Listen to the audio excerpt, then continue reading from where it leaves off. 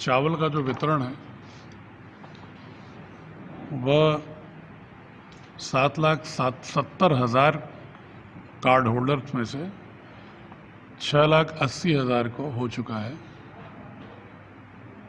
लगभग 15,181 metric ton चावल का वितरण किया जा चुका है।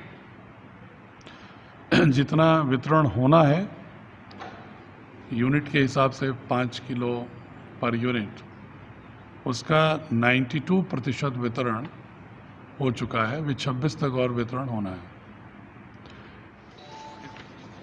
जनपद में कल कोरोना सैंपल के 50 रिपोर्ट आई थी शाम को देर शाम, तो सभी नेगेटिव पाई गई हैं। तो ये खबर देनी थी एक तो इम्पोर्टेंट। और अभी हमारे 244 सैंपल प्रतीक्षा में है BHU से, जिसमें विगत 2 दिनों के ही 150-200 सैंपल हैं। तो ग्रेजुअली जो भी आते रहेंगे हम आपको अपडेट करते रहेंगे। फिलहाल कल जो 50 आए हैं वो नेगेटिव है, रूरल दोनों के लिए। जनरल है। सर, अब तक का ऑब्जर्वेशन है कि मुस्लिम कम्युनिटी रमजान में स्पेशली रात में ही सारी एक्टिविटीज अपनी करती है, जैसे हम लोग डे आउट में करते हैं। अब ये हमने कल उन लोगों के सबके सुझावों के बाद निर्णय लिया है, उन्हीं की राय के आधार पर लिया है। और ये भी निर्णय हुआ है कि लोग इबादत घरों में ही करेंगे और मस्जिदों में, धर्मस्थलों पर जैसे मंदिरों में पुजारी को इजाज़त है मंदिर की साफ सफाई और रूटीन पूजा अर्चना की, उसी तरह से मस्जिदों में भी वहाँ पर 2 से 4 लोग मैक्सिमम नमाज अदा करेंगे। 2 लोग नमाज और तरावी के लिए मैक्सिमम 4, लेकिन वो लोग उसी इलाके के ही होंगे। उस मस्जिद में पहले से ही व्यवस्था देखने वाले लोग ही होंगे, कोई बाहर का व्यक्ति नहीं होगा। यहाँ तक कि अगर किसी एक गांव की मस्जिद है तो दूसरे गांव के मस्जिद वाला व्यक्ति भी वहाँ नहीं रहेगा। उस गांव के ही जो मस्जिद के पहले से व्यवस्थापक हैं, जो इमाम हैं, जो मौलाना हैं, जो रूटीन में उस धर्मस्थल की व्यवस्था देखते रहे हैं, वही करेंगे। बाकी लोग अपने घरों पर करेंगे। ये मैंने अपील भी की थी और सारे जो जितने मुअज़्ज़िज़ लोग आए थे उसमें मुस्लिम धर्मगुरु और संगठनों के लोग, जनप्रतिनिधि लोग भी आए थे। उन्होंने इसको सहर्ष स्वीकार किया और उन्होंने कहा हम इसका प्रचार प्रसार भी करेंगे और सुनिश्चित कराएंगे कि किसी भी स्थिति में लोग सहरी के समय भी ना घूमें और घर में इबादत करें और मस्जिदों में ना आए। मस्जिदों में रूटीन में जो व्यवस्थापक हैं वही 2 या 3 लोग नमाज पढ़ें। ये उन्होंने भी सहमति व्यक्त की। अनियमितताओं संबंधित जो भी रिपोर्ट आती है कंट्रोल रूम में, उस पर उसी दिन प्रभावी रूप से कार्रवाई की जा रही है। इसी क्रम में एक नोडल अधिकारी, ग्राम विकास अधिकारी ने अजमतगढ़ ब्लॉक से हमें बताया कि टेकन गाढ़ा के उचित दर विक्रेता द्वारा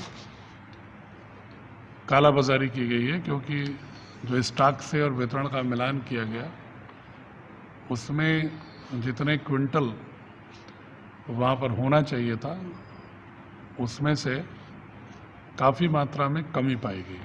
तो उनको 3/7 इसी एक्ट में कार्रवाई की गई। श्रीमती विद्या देवी जो उचित दर विक्रेता हैं, उनकी दुकान निलंबित करते हुए इनके विरुद्ध FIR दर्ज करके और जो भी वितरण में जिम्मेदार है कालाबाजारी में, उसका गिरफ्तारी के आदेश संबंधित थानाध्यक्ष को दिया गया है। भी कर दिया है कि जिन कोटेदारों द्वारा किसी भी एक दिन वितरण अगर 300 से अधिक कार्डों का दिखाया गया है, शो हो रहा है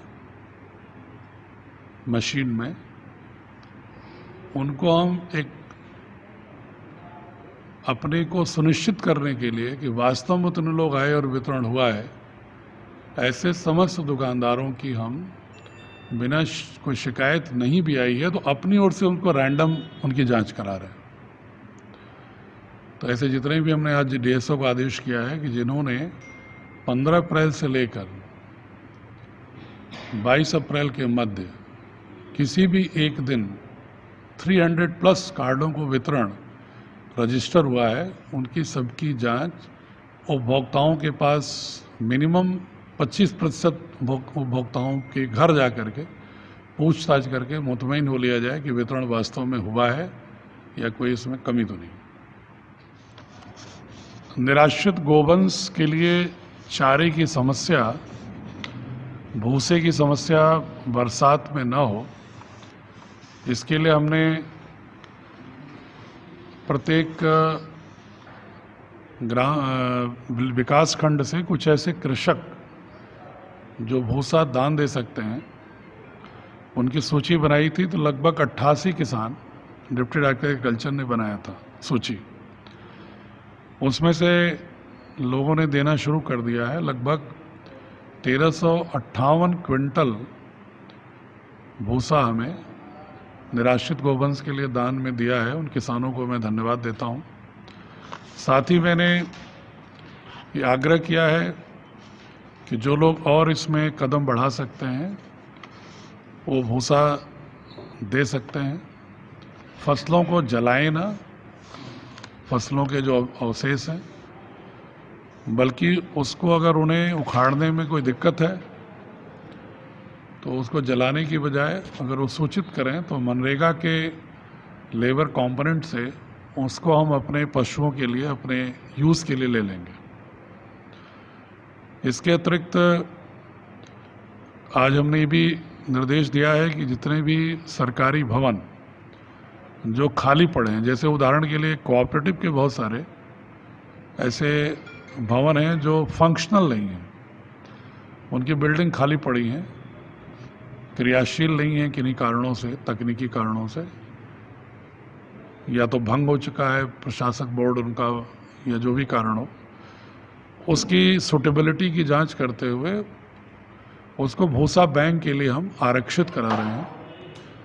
और इस पीरियड में भूसा चूँकि सस्ते मिलते हैं, इसलिए अधिक से अधिक सरकारी धन से भी भूसे को खरीद करके निराश्रित गोवंश के लिए भूसा बैंक की स्थापना करा रहे हैं ताकि उनको कोई दिक्कत ना हो।